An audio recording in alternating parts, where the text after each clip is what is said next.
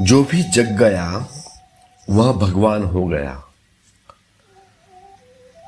बुद्ध परंपरा में भगवान का वैसा अर्थ नहीं है जैसा ईसाई, हिंदू, इस्लाम परंपराओं में है।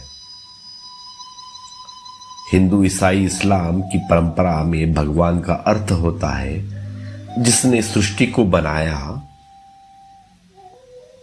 और बुद्ध परंपरा में भगवान का अर्थ होता है जिसने स्वयं को जाना। क्योंकि बुद्ध परंपरा में इस संसार को बनाने वाला तो कोई है ही नहीं। इस संसार कभी बनाया नहीं गया, यह असृष्ट है, यह सदा से है, और यही बात ज्यादा संगत मालूम पड़ती है। तुम देखते हो संसार एक वर्तुल में घूमता रहता है।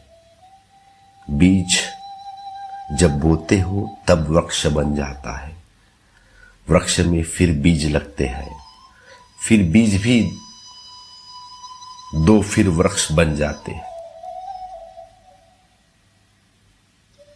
वृक्ष में फिर बीज लग जाते हैं।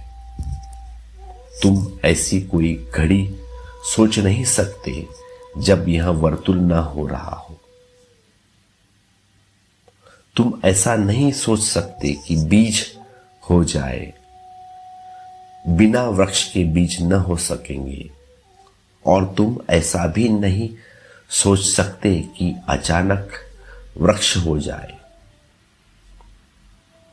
तो सृष्टि का अर्थ ही यही होगा कि भगवान ने या तो बीज बनाया या वृक्ष बनाया। कहीं से तो शुरुआत करना होगा, लेकिन वृक्ष बिना बीज नहीं हो सकता, और बीज बिना वृक्ष के नहीं हो सकता। यह वर्तुल का तोड़ा नहीं जा सकता। तो बुद्ध की बात बड़ी लोकतांत्रिक है। तो भगवान बुद्ध कहते हैं हर एक प्रत्येक जन भगवान हो सकता है।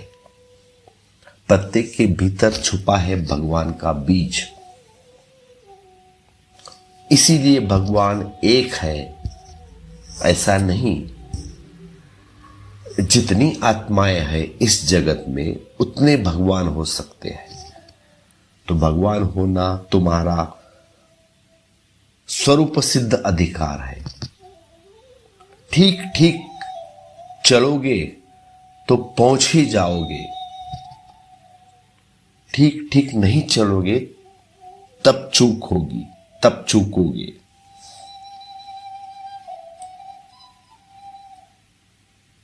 इसीलिए गौतम बुद्ध को भगवान कहा है।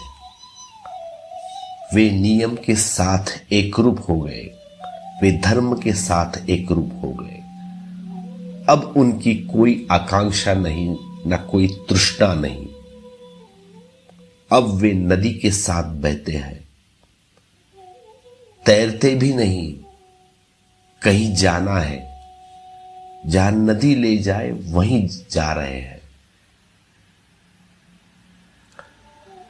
कहीं लेके न जाए तो भी ठीक, और लेके गई तो भी ठीक।